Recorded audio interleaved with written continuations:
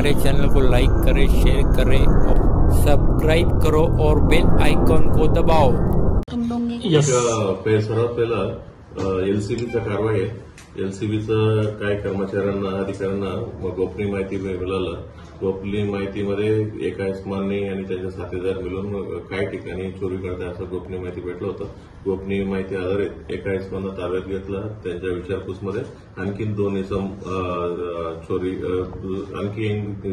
इसम सोबत त्यांनी चोरी करताय असं त्यांनी कबुली दिलं। त्या कबुलीवरून आम्ही 14 मोटरसायकल आणि 6 ऑटो रिक्षा त्यांच्याकडनं जप्त करण्यात आलेले होते। ही सर्व मोटरसायकल आणि ऑटो रिक्षा अलग अलग इस्मांना त्यांनी विकलेल्या होत्या। म्हणजे जळगाव जिल्ह्यामध्ये अनेक ठिकाणी म्हणजे पाली, रावेर अशा सर्व ठिकाणी विकल्या होत्या। ते जिथे कुठे विकल्या होत्या तिकडनं सगळीकडनं आम्ही जप्त करण्यात आलेलं आहे। या तिन्ही इस्मांचं नाव आहे मुस्तकित अजीज पटेल, वय 28 वर्ष।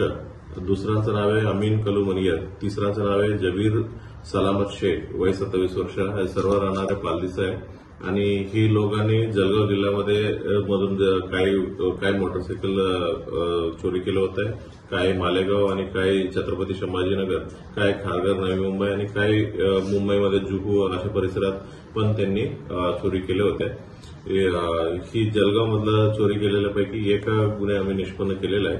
त्या गुन्ह्यातला जळगाव शहर पोलीस स्टेशनच्या 195/2022 चोरी गुन्हा दाखल होता जळगाव शहरामध्ये। त्या गुन्ह्यात आम्ही निष्पन्न करण्यात आलेले आहे। उरलेल्या सर्व मुद्देमाल जिथे कुठे त्यांनी गुन्हा दाखल आहे तिथं शोध करून संबंधित पोलीस स्टेशनला देण्यात येईल।